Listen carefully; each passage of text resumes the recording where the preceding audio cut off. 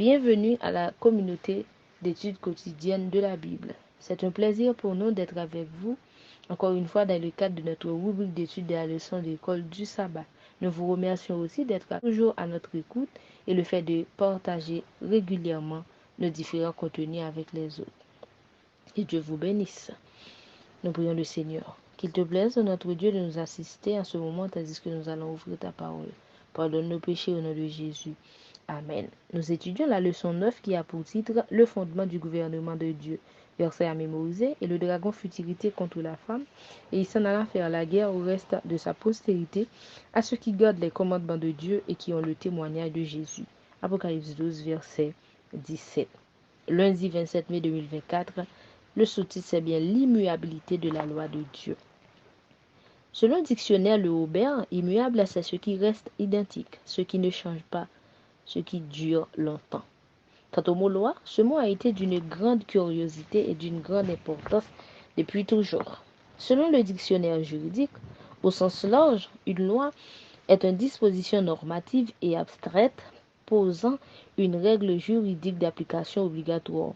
Du point de vue biblique, la loi est la révélation divine parfaite de le sens spirituel et celui du christianisme lui-même, selon Dictionnaire Top Bible. Selon la Bible, il y a 4 types de lois. La loi civile, régissant la vie sociale du peuple d'Israël. La loi cérémonielle, en rapport au sacrifice des animaux du temps d'Israël. Troisièmement, la loi de la santé. Et 4, la loi morale ou les 10 commandements donnés par Dieu lui-même à Moïse sur le mont Sinaï. Dans la leçon d'aujourd'hui, c'est de cette loi dont il est question.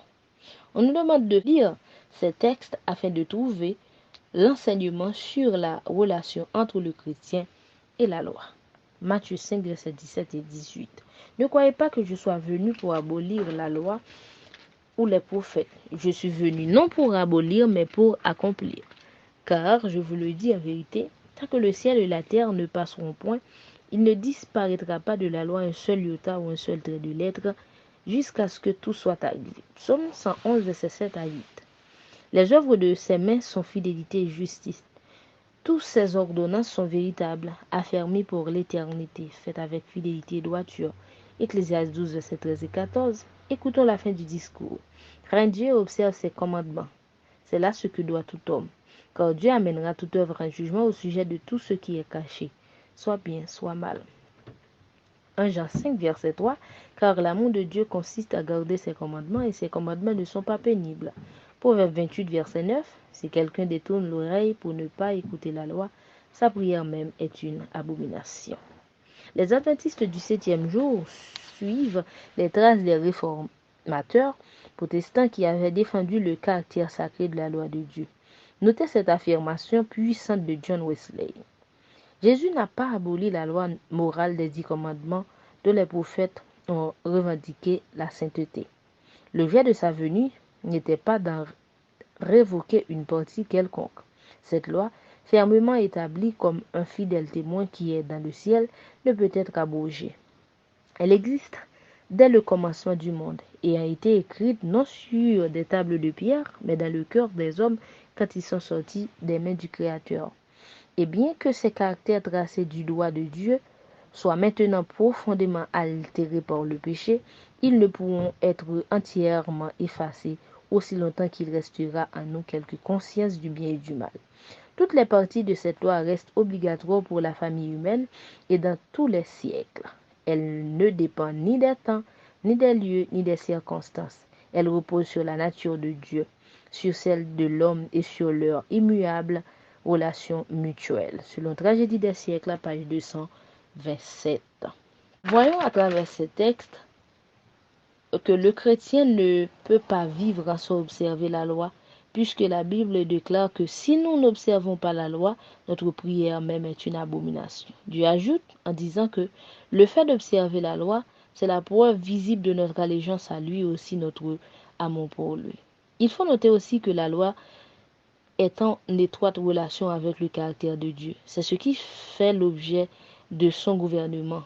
Voyons ça dans Exode 34, verset 5 à 7 et Romains 7, versets 11 et 12. L'Éternel descendit dans une nuée, se tint là auprès. de lui et proclama le nom de l'Éternel.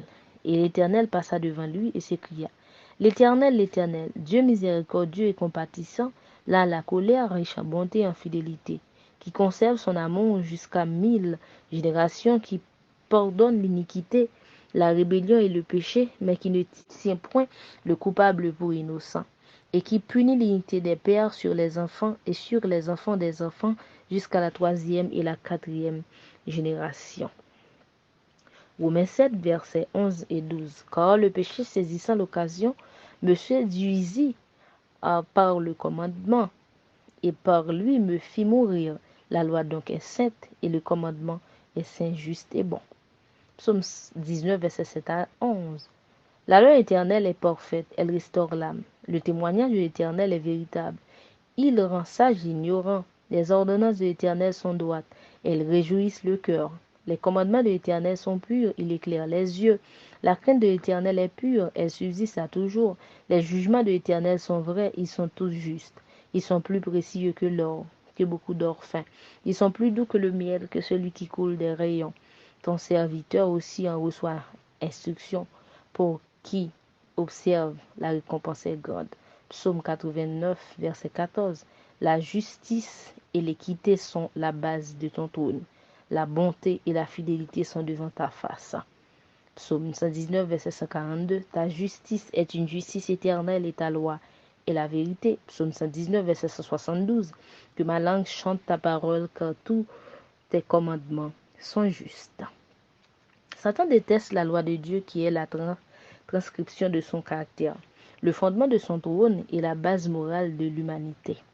Mais ils avaient bien compris que si le sanctuaire terrestre était une image, une ombre du céleste, la loi déposée dans l'ange du terrestre était une copie exacte de celle du céleste. Or, pour eux, l'acceptation de la vérité concernant le sanctuaire céleste entraînait la reconnaissance des droits de la loi de Dieu et l'obligation d'observer le sabbat du 4e commandement.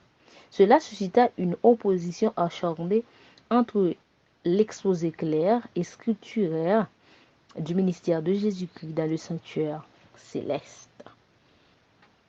Donc, de même que Dieu est juste, parfait, plein de bonté et a la capacité de changer des cœurs, sa loi l'est également de la même manière et elle est au cœur de son royaume.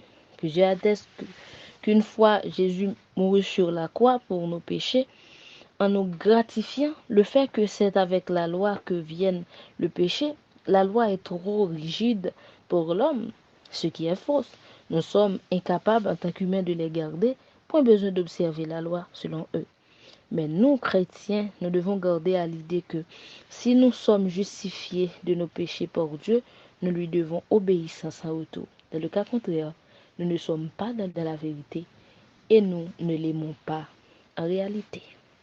Le rendez-vous, c'est pour demain. Au revoir.